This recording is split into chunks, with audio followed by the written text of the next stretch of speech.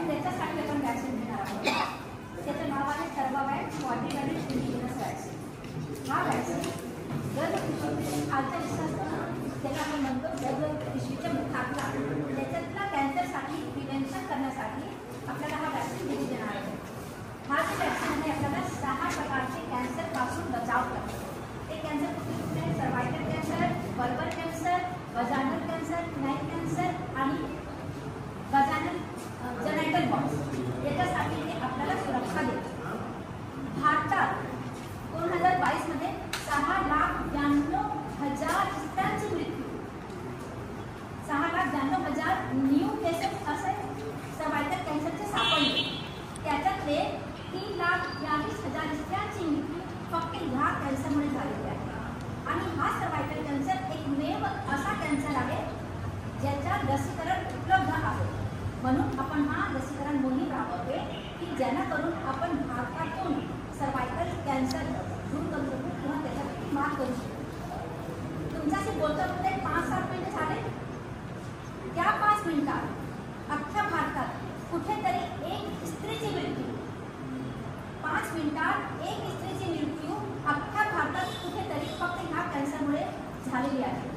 आणि दर 24 तासाने 200 स्त्रिया सरासरी ह्या कॅन्सरमुळे मृत्युमुखी पडतात.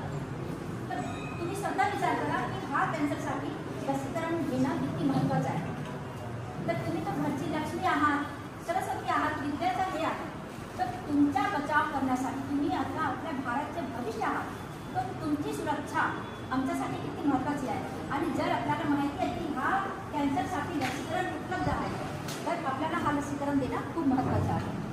आणि आपण 9 वर्ष ते 18 वर्षाच्या मुलींना याच्यासाठी देतो कारण जर आपण कमी वयात दिलं, लग्नाच्या आधी जर दिलं तर ह्या वॅक्सिनची जी प्रतिरोधक क्षमता आहे तर खूप जास्त पटीने तुमच्यात वाढते आणि तुम्हाला जास्त सुरक्षा मिळते. म्हणून आपण हा 9 वर्षाच्या पुढे हा वॅक्सिन देण्याच्या सुरुवात करून देतो. कारण काही काही व्यक्तीच्या टक्के लवकर कशाला द्यायचं, तर आपण 9 वर्षापासून हा वॅक्सिन पुढे करतो. म्हणजे तुमचं लग्न होण्याच्या आधी तुम्ही पूर्णपणे सुरक्षित आहात. आणि असं नाही की फक्त लग्नानंतर हा इन्फेक्शन तुम्हाला होतो. हा सॅक्शुअली ट्रान्समिटेड डिसीज नाही आहे. कधी कधी हा फक्त स्किनच्या कॉन्टॅक्टमध्ये जर तुम्ही एखादी HPV वॅक्सिनचे इन्फेक्टेड काहीच्या संपर्कात आले तर तो जो विषाणू आहे तुमच्या शरीरात असं रुतून बसतो, लपून बसतो, शिकून बसतो. आणि कधी कधी 10 वर्ष 20 वर्षानंतर कॅन्सरच्या स्वरूपाने ते बाहेर येतो. म्हणून आपल्याला हा लवकर हा वॅक्सिन घेऊन सुरक्षितता पूर्णपणे घ्यायची आहे.